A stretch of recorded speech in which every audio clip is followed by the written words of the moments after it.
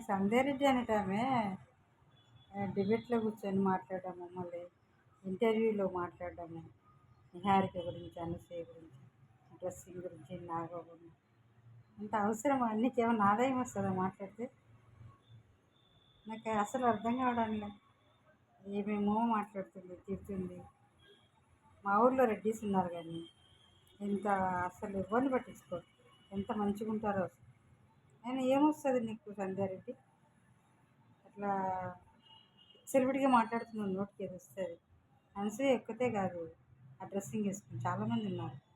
ఎవరు స్వేచ్ఛ కదా, నువ్వెందుకు అట్లా మాట్లాడుతున్నావు? నీకేమన్నా ఆదాయం వస్తుందా మాట్లాడితే? సైలెంట్గా ఉండు కొంచెం, అన్నీ అవే సర్దుమణిగిపోతాయి. నీలాంటిలో రెచ్చగొడుతుంటే ఇంకా రెచ్చిపోతుంటారు. అట్లా మాట్లాడొద్దు సంధ్యారెడ్డినా రాణినా. నీకేమన్నా ఉపయోగం వస్తుందా? కొంచెం ఎవరో ఒకరు సైలెంట్గా ఉంటే ఈ కొంచెం సర్దుమణుగుతుంది. అంతేగాని నువ్వు అలా మాట్లాడడం వల్ల నీకేమన్నా ఆదాయం వస్తుందా?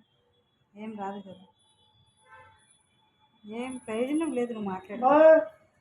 అసలు అనవసరం మాట్లాడడం కూడా.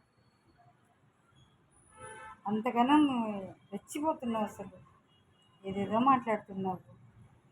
ఎవరన్నా అదే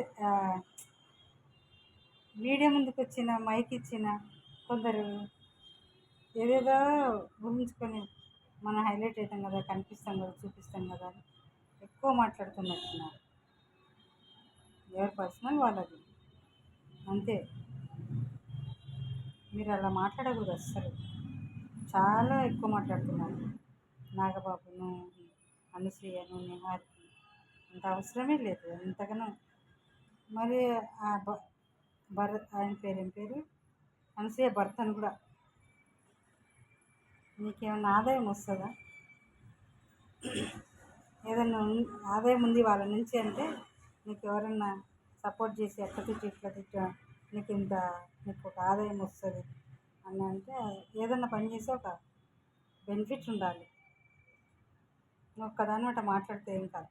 అయితే అసలు మాట్లాడాల్సిన అవసరమే లేదు. డ్రెస్సింగ్ గురించి మాట్లాడాల్సిన అవసరమే లేదు. బాగా ఆలోచించుకోను. నీ పిల్లల్ని అడుగు, నీ పిల్లల సలహా తీసుకో, వాళ్ళు ఏమంటారు. నీ వయసు పెద్దగానే ఉంది కదా నీకు, ఇంకా కొంచెం ఆలోచించు. ఎవరి పని వాళ్ళు చూసుకుంటే బాగుంటుంది. ఒకరిని విమర్శిస్తే నీకేం రాదు, అదొక్కటి గుర్తుపెట్టు. విమర్శించొద్దు ప్లీజ్. నువ్వు కూడా సొసైటీలో తిరుగుతావు, లేడీ నువ్వు కూడా. ఎవరైనా ఆడవాళ్ళమే, విమర్శించొద్దు. వేసుకునే వాళ్ళకి ఏమో కానీ చెప్పుకునే వాళ్ళకే ఎక్కువ ఇది ఏదైనా కూడా. ఒక సినిమాలో ఎన్టీ రామారావు ఒక పాట పాడింది, నువ్వే గుర్తు చేసుకో ఆ పాట. ఆమె మంచిది కాదని అందరూ నిలబెట్టి లాభం చేస్తుంటే అప్పుడు ఒక పాట పాడింది, ఆ పాట గుర్తు చేసుకో. ఇంకేమన్నా ఉరుకుతుందా? ఆదాయం వస్తుందా? ఎట్నుంచి అన్న ఒక ₹1,00,00,000 ఇస్తామన్నారా? నీకు వస్తుంది. ఒక ₹1,00,00,000 వస్తే మాట్లాడు, నేను కూడా ఓకే అంట.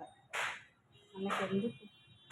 మనమేంటో, మన ఫ్యామిలీ ఏంటో, నీ పిల్లలు ఏందో, నీ సంసారం ఏందో, నీ ఇంటి పక్కల వాళ్ళు బాగున్నారా, నీ ఎదురింటి వాళ్ళు బాగున్నారా, వాళ్ళ కష్టసుఖాలు తెలుసుకుని వాళ్ళకి ఏమన్నా చేతనైతే హెల్ప్ చేయి. చేతనైతే హెల్ప్ చేయాలి. అట్లా విమర్శించొద్దు ఎవరిని.